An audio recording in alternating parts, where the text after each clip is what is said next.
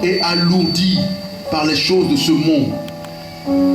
Vous passez plus de temps devant l'écran de téléphone, plus de temps devant l'écran de la télé, plus de temps dans les conversations vagues. Et tout ça alourdit votre esprit quand il faut maintenant que vous entrez dans la présence de Dieu. Moïse s'est discipliné. Il cherchait toujours Dieu. Et quand la rencontre a eu lieu, lui qui ne connaissait pas Dieu, la première chose que Dieu a faite, c'était de lui dire, ôte les souliers. Pourquoi? Parce que c'était les souliers d'Égypte. Vous avez les gens du christianisme céleste là, ils vont pieds nus. Vous savez pourquoi Dieu a dit à Moïse d'enlever les chaussures? Maintenant vous enlevez les vôtres. Vous les enlevez pourquoi? Vous avez vu Josué marcher pieds nus? Hein? Josué a-t-il marché pieds nus? Non. Alléluia. Mieux encore, Moïse lui-même, dès qu'il est sorti de l'endroit où Dieu lui avait dit parce que ce lieu est une terre sainte, n'a-t-il pas porté ses chaussures? Hein? C'est quoi l'affaire que vous baladez pieds nus sous le goudron, il fait chaud, avec les touches, les toges, les soutanes blanches. Vous voyez? Dis à ton voisin, c'est un problème de révélation. Alléluia. Moïse va rencontrer le Seigneur va dire, ôte tes souliers.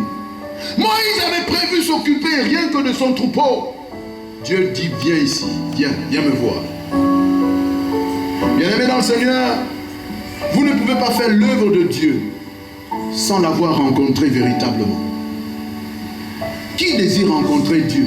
La plupart d'entre nous, nous désirons plus recevoir de Dieu ce que lui possède. Mais lui-même, en tout cas, on n'en a rien à faire. Vous suivez? Très peu désirent rencontrer Dieu. La plupart d'entre vous, vous êtes là juste pour que, est-ce que Dieu va me bénir? Est-ce que Dieu va me donner ce que je demande? Mais est-ce que dans le fond, vous cherchez à le rencontrer? Vous ne cherchez pas à le rencontrer. Vous ne pouvez pas avoir une vie spirituelle stable si vous ne l'avez pas d'abord rencontré face à face.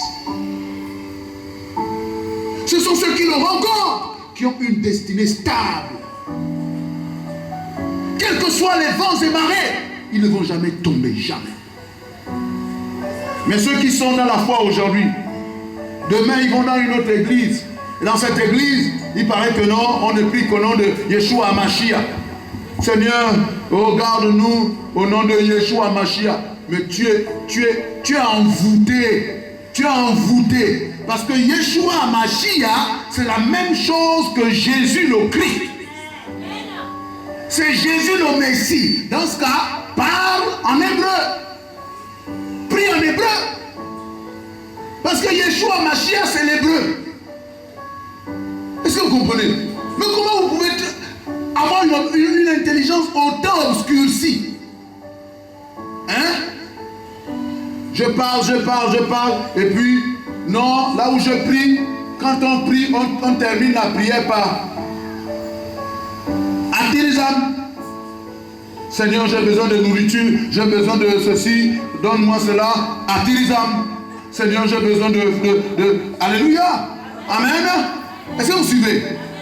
Et maintenant tu viens, non, c'est comme, non, vous qui priez au nom de Jésus, là, non, vous ne savez pas prier. Il faut prier par Atirizam.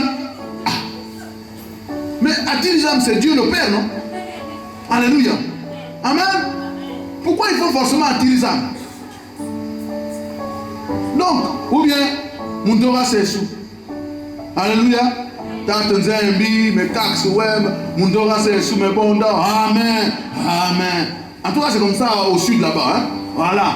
Tu peux prier, tu termines par Mundora c'est sous, mes bonda. Amen. Amen. Mais est-ce que c'est une nouvelle doctrine? Non. Pourquoi dire il faut prier par au nom de Yeshua HaMashiach? Mais tu dis quoi? Mais fais asseoir ton cerveau là. Fais asseoir. Tu ne dis rien. C'est du pareil au même. Est-ce que vous comprenez? Et non, vous qui priez au nom de Jésus là, vous êtes des antichrists, mais toi tu es fort, hein? Tu es fort. Parce que la Bible que tu lis là, c'est en français. Laisse cette Bible, va prendre ce qui est en hébreu. Vous comprenez? Il y a des choses qui sont simples. Mais parce qu'on n'a pas l'esprit renouvelé, on se laisse séduire. Désirons plus.